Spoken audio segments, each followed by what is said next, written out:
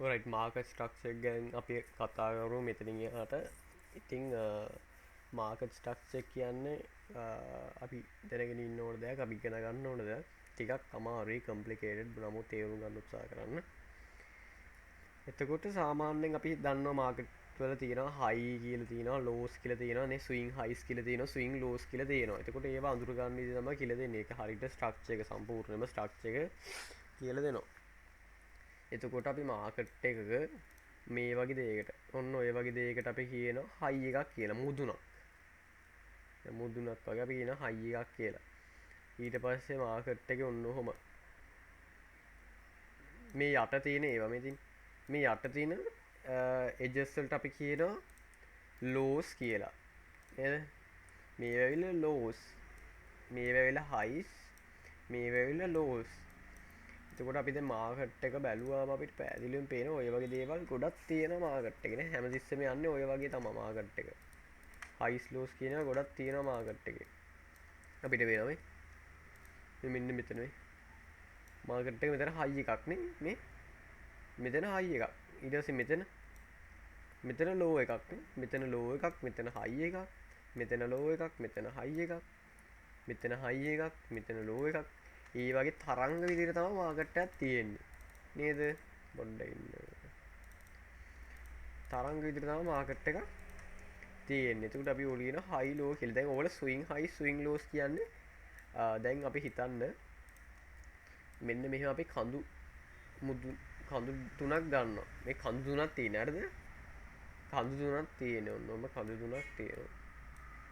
දැන් අපි මේ කඳු තුනෙන් වැඩියෙන්ම උස්සම කන්ද ගන්නේ යම් කිසි දෙයක් අර කම්පෙයාර් කරලානේ.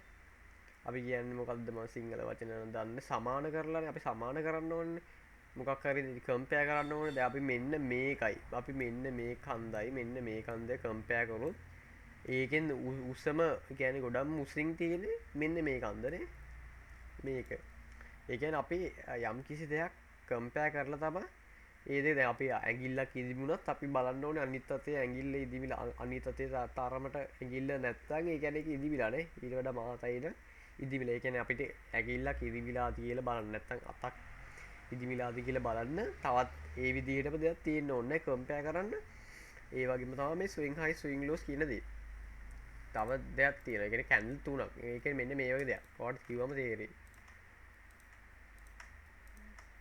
දැන් මෙන්න මේ වගේ දැන් මම ලෝ එකක් ගමු. අපිට පේන මේ කැන්ඩල්ස් තුනක් තියෙනවා. අර අපිට ස්විං හයි ස්විං ලෝස් බලන්න කැන්ඩල්ස් තුනක් හොඳටම ප්‍රමාණවත්. දැන් අපිට පේන මේ මැද දෙපැත්තේ කැන්ඩල් දෙකක් තියෙනවා. කැන්ඩල් තුනක් තියෙන 1 2 3 කැන්ඩල් දෙකක් තුනක් තියෙනවා. මේ මැද කැන්ඩල් එක තමයි අපිට විශේෂ වෙන්නේ. අපිට පේනවා මේ මැද කැන්ඩල් එකේ වික් එක අනිත් තුනට වඩා දෙපැත්තේ තියෙන කැන්ඩල් දෙකට වඩා යටින් තමයි තියෙන්නේ. නේද? එතකොට මෙතනින් ලෝවස්ම පොයින්ට් එක මොකද්ද? ලෝවස්ම කැන්ඩල් එක මොකද්ද කියලා ඇහුවොත් ඔයා මේකද කියන්නේ නැහැ.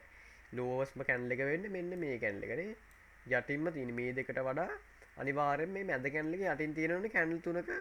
අපි කැන්ඩල් තුනක් කම්පෙයාර් කරලා බලුවොත් ඒ කැන්ඩල් තුනේ මැද කැන්ඩල් එක දෙපැත්ත කැන්ඩල් වලට වඩා යටින් තියෙන්න ඕනේ. එතකොට මේක ඇවිල්ලා ලෝ එකක්. මොකද්ද ලෝ සෝරි හයි එකක් කියලා ලිව්වේ. මේක ඇවිල්ලා ලෝ එකක් වෙනවා. හරිද? එතකොට ඒ වගේම තමයි හයි එකක්. අපිට කැන්ඩල් දෙක තුනක් හොඳටම ප්‍රමාණවත් හයිස් ලෝස් අඳුර ගන්න මාකට් එකේ. හරිද? තුන ඊට වඩා වැඩි ඒ වලින්වත් කම්පෙයාර් කරලා ගන්න පුළුවන්. දැන් අපි හයිස් ගත්තත් අපිට පේනවා හයිස් ගන්න තව කැන්ඩල් තුනක් ගත්තම මැද කැන්ඩල් එක අපි ගන්නවා කැන්ඩල් තුනක් තමයි කම්පෙයාර් කරන්න ගන්න. ඊට පස්සේ දැන් අපි මෙන්න මේ වගේ හයි එකක් ගත්තාම අපි ඔන්න ඔයගේ මාකට් එකක් ගත්තම ඔය වගේ කැන්ඩල් තුන තියෙන තැන් අල්ලලා අපි ඕවා බලනවා.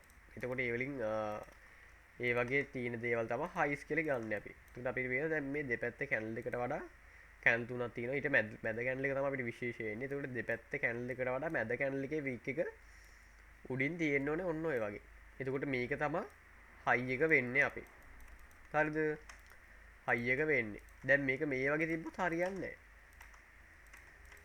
දැන් මේක මෙන්න මේ වගේ තිබ්බොත් හරියන්නේ නැහැ.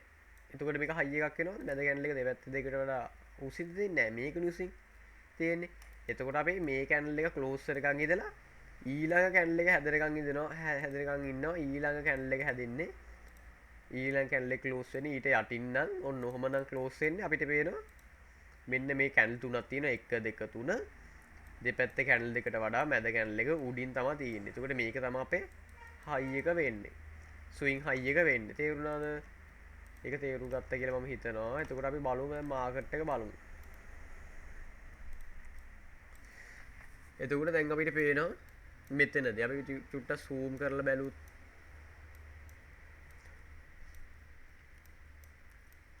අපිට පේනවා මෙතන දැන් කැනල් තුනක් තියෙනවානේ. මේ 1 මේ 2 මේ 1 2 3. දැන් අපි මැද කැනල් එකනේ ගන්නෙ කම්පෙයාර් කරන්නේ. දෙපැත්තේ කැනල් එකකින් තමයි මැද කැනල් එක කම්පෙයාර් කරන්නේ. අපිට පේනවා මේ මැද කැනල් එක දෙපැත්තේ කැනල් දෙකට වඩා වික් එක දිගයි. අපිට පේනවා දැන් මේකේ එච්චරම ලොකු ගැප් එකක් නැහැ. අපිට පේනවා මේ හොඳටම zoom out කරලා අපිට පේනවා මේ දෙපැත්තේ කැනල් දෙකට වඩා මැද කැනල් එකේ වික් එක දිගයි. එතකොට මේක ලෝ එකක්ද? නෑනේ. මේක ලෝ එකක් නෙමෙයි නේද? ලෝ එකක් කියලා කිව්වනම් ආයෙ පාරක් මේක බලන්න. එතකොට මේක වෙනවා මොකද්ද? මේක වෙනවා හයි එකක්. මේක ඇවිල්ලා හයි එකක්. ඊට පස්සේ අපිට පේනවා මාකට් එකේ මේ යට කැනල් තුනක් අපි ගත්තාම අපිට පේනවා මෙතනදී මේ කැනල් තුනක් තියෙනවා. මේ දෙපැත්තේ කැනල් මේ සොරි මෙන්න මේක අපි දැන් මෙතන ගත්තොත් අපිට බෑනේ මෙතන මේ කැනල් තුන ගත්තොත් අපිට පේනවා මැද කැනල් එක කොටයි අනිත් එකට නැතුව අපිට බලන්න මේ කැනල් ටික කම්පෙයාර් මේ කැනල් ටික කම්පෙයාර් කරන්න මේ ක්ලෝසර් එකන් ඉඳලා මේ ක්ලෝසර් එක ගිහලා බලන්න අපිට පේනවා දැන් මේ කැනල් තුන 1 2 3 මේ මැද කැනල් එකේ වික් එක අනිත් දෙකට වඩා යටින් තමයි තියෙන්නේ. එතකොට මේක වෙන ලෝ එකක් වෙනවා.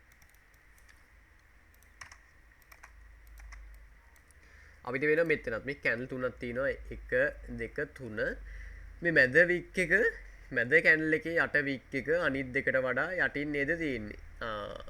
යටින් නේද තියෙන්නේ. ඒ කියන්නේ මේකත් ලෝ එකක්.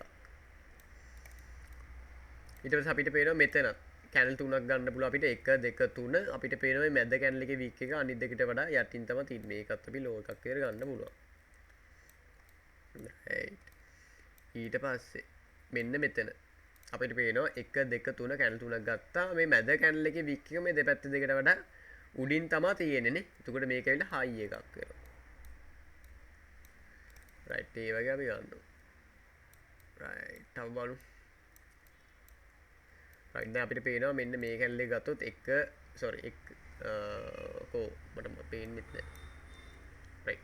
මෙතන 1 2 3 කියලා ගත්තාම මේක තමයි මැද කැනල් එක. අපිට පේනවා මේ දෙපැත්තේ කැනල් දෙකට වඩා මැද කැනල් එකේ වික් එක දිගයිනේ. ඒ කියන්නේ මේක ඇවිල්ලා හයි එකක් වෙනවා.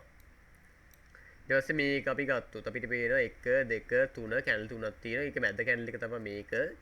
එතකොට අපි ඒක වික් එක බැලුවොත් යටම වික් එක තියෙන්නේ මැද කැනල් එකේ. එතකොට මේක ඇවිල්ලා ලෝ එකක් විතර අපිට ගන්නවා. අපි යටින් බලන ඒවත් එහෙම තමයි බලන්නේ. උඩින් බලන ඒවත් එහෙම තමයි බලන්නේ.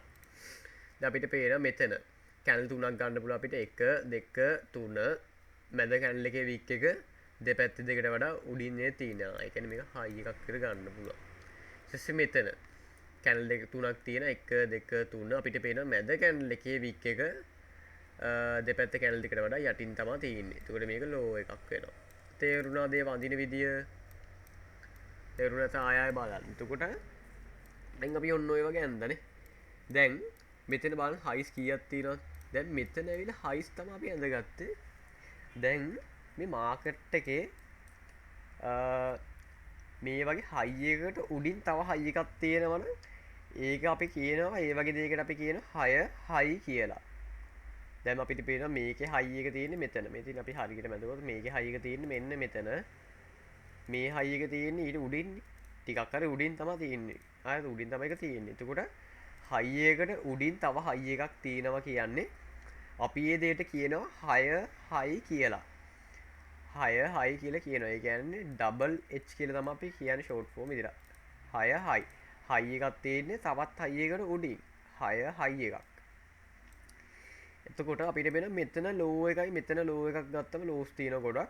අපිට පේනවා මේ ලෝ එකට වඩා මේ ලෝ එක උඩින් තමයි තියෙන්නේ. අපි කියන ලෝ එකකට උඩින් තවත් ලෝ එකක් හැදෙනවා නම් ඒ දෙයට අපි කියනවා 6 ලෝ කියලා. ලෝ එකක් තියෙන තවත් ලෝ එකට වඩා උඩින්